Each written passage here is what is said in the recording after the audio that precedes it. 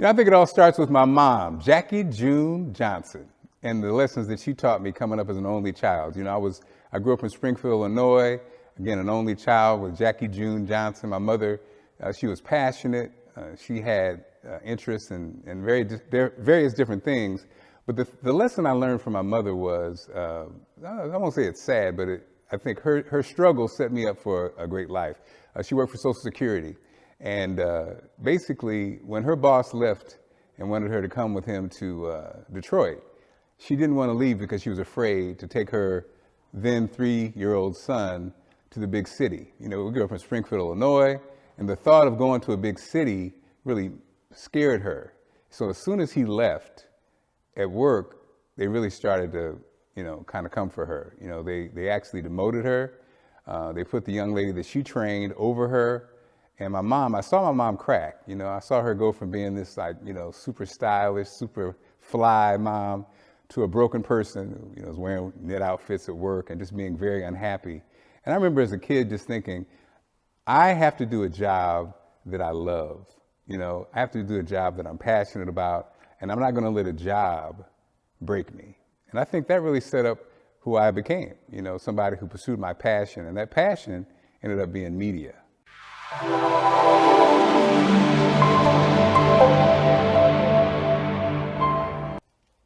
Oh yeah, I never forget the day. It was a Thursday.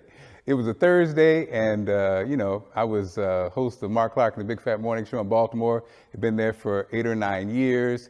Had all the success. I was part of the #1 morning show in every demo.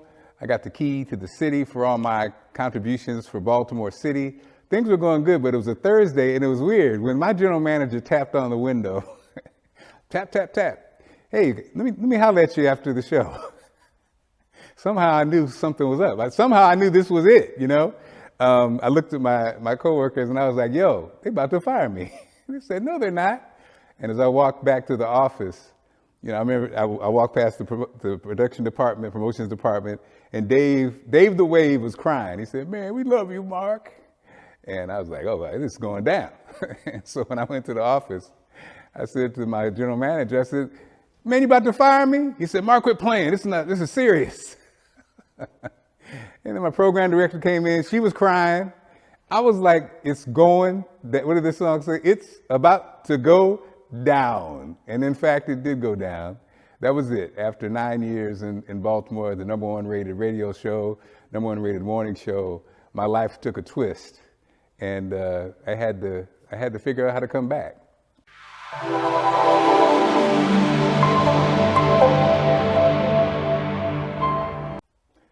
One of my favorite quotes from a motivational speaker, Willie Jolly, is a setback is just a setup for a comeback. And in my experience, that's been the case. So I lost my $300,000+ job and was busted down to $25,000. But the silver lining was, and let me tell you something, when that happened, I didn't get back to the money for 6, 7 years. But what happened was my daughters were little, all of them were little. So I was now at home with them. I was, what do you call it? Not Mr. Mom, but Mr. Dad.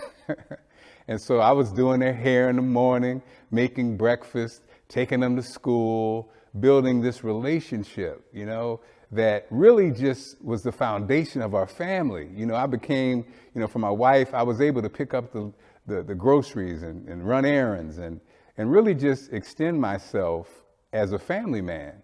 Now, little did I know, years later, when an opportunity came to work in New York, that I would have to commute.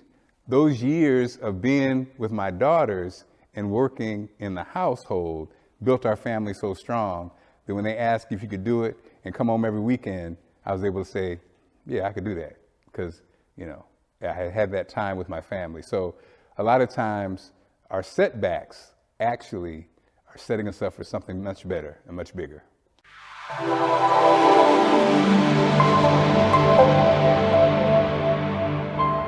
Let me see, what would I tell my 21-year-old self?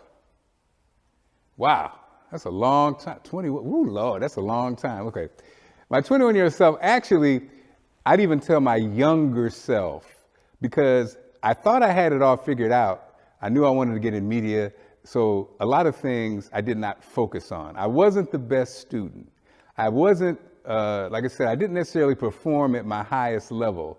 And what I would tell my 21-year-old self is, you always want to perform at your highest level because, you know, the universe judges you.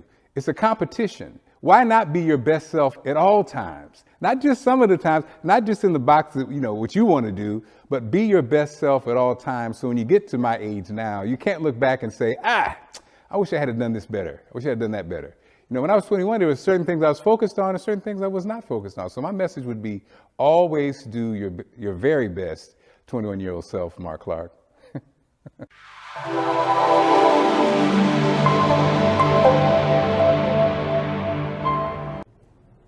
Oh yeah, big dreams. You know, I think one of the things I've learned is I've had success in life, but I think sometimes I've aimed too low. You know, 100,000, 500,000, too low. So what's in the future for me is we started 10 million. It's a media school because I want to give back. I'm at a certain age where I have to give back to the young people, and I want to give them this information, give them this game. And so a media school for the kids. And also I realize when I look around the country, is there a television network that focuses on issues that I think are important to my community, to the community? No. So ownership of a television network is something that I have to do. My grandfather was a printer. And so I want to keep that legacy going on by also having a media company. So for me, those are two of my monsters that I want to do. And again, I can no longer have little dreams. I got to have big dreams. I got to have big dreams.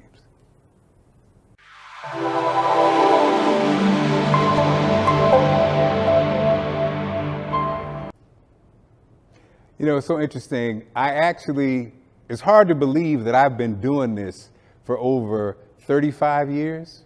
And, you know, people hire my company because they've had a chance to see the original thing, you know, from my wife who's in media. We've been married for over 23 years, to a media career that has taken me all over the world, from, you know, Dubai to Qatar to New York and Washington, D.C. and St. Louis, Missouri. So people really get a chance to see the authentic article.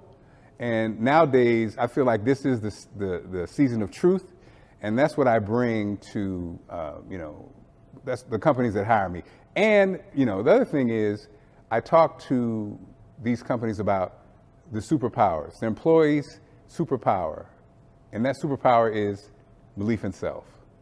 And so, you know, that's what companies are looking for. That's what everybody's looking for. That's what everybody's looking for. And I had a chance to figure that out as an only child, because once you love yourself, you see all the bad stuff that's coming your way. You're not blind. You know, the eyes are open. And so companies hire me and my company because I can bring that to them. And I think in this era where you have AI, you have people questioning everything, the one thing you can't question is yourself.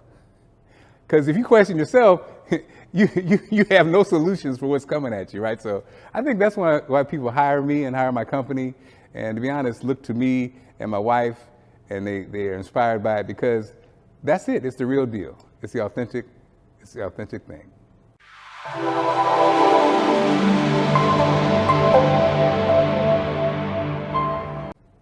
Let me tell you something. Now, this experience, I am a media guy.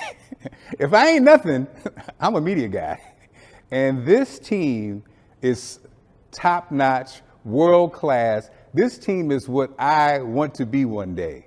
You know, everything was done in a professional manner, from the equipment to how you're treated to the suggestions. Just everything in a nutshell was magnificent.